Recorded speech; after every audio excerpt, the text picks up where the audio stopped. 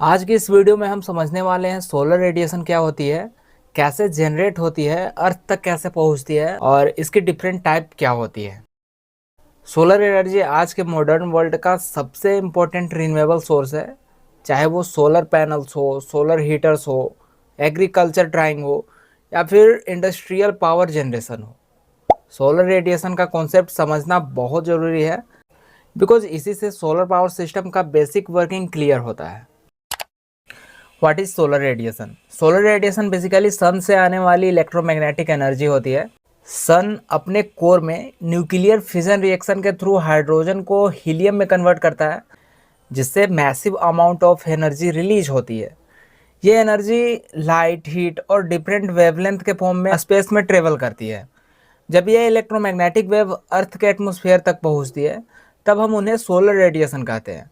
Solar radiation अर्थ के climate system, temperature balance और सारे रिन्यूएबल सिस्टम का मेन एनर्जी सोर्स होता है।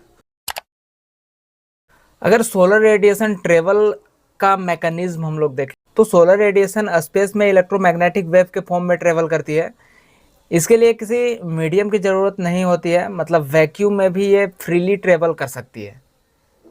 सन से अर्थ तक लाइट को आने में अप्रोक्सीमेटली 8 मिनट 20 सेकेंड लगता है।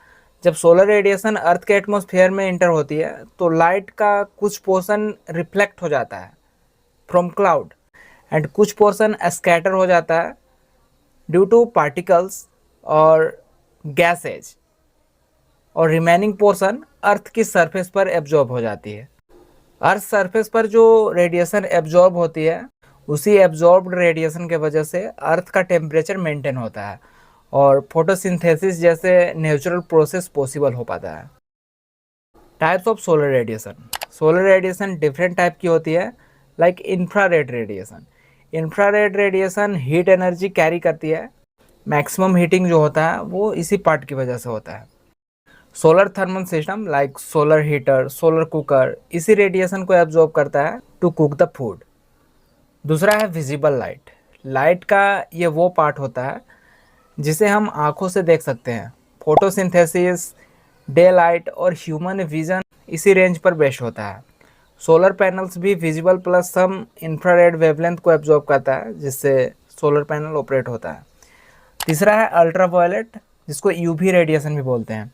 इसमें हाई एनर्जी होती है। यूवी रेडिएशन हार्मफुल होती है, लेकिन एटमॉस्फेयर का जो ओजोन लेयर रहता है उसको ब्लॉक कर देता है।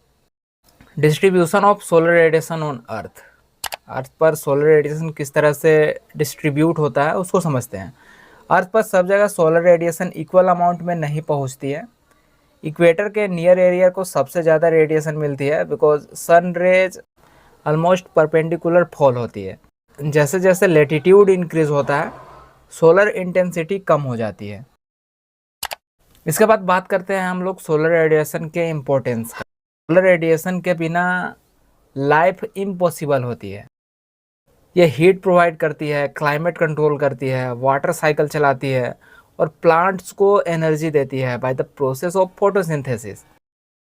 मॉडर्न वर्ल्ड में सोलर रेडिएशन को हम solar PV panel, solar heater, solar dryer, solar pumps, solar cooking और थर्मल पावर प्लांट्स में कन्वर्ट करते हैं। ये क्लीन, रिन्यूएबल और फ्री एनर्जी सोर्स ह्यूमैनिटी के फ्यूचर को सिक्योर करता है। तो इस तरह से कोई भी टॉपिक को अगर आप इजी वे में समझना चाहते हैं तो चैनल को सब्सक्राइब कर लें और बेल आइकन को भी प्रेस कर लें ताकि वीडियोज आप तक पहुंच सकें।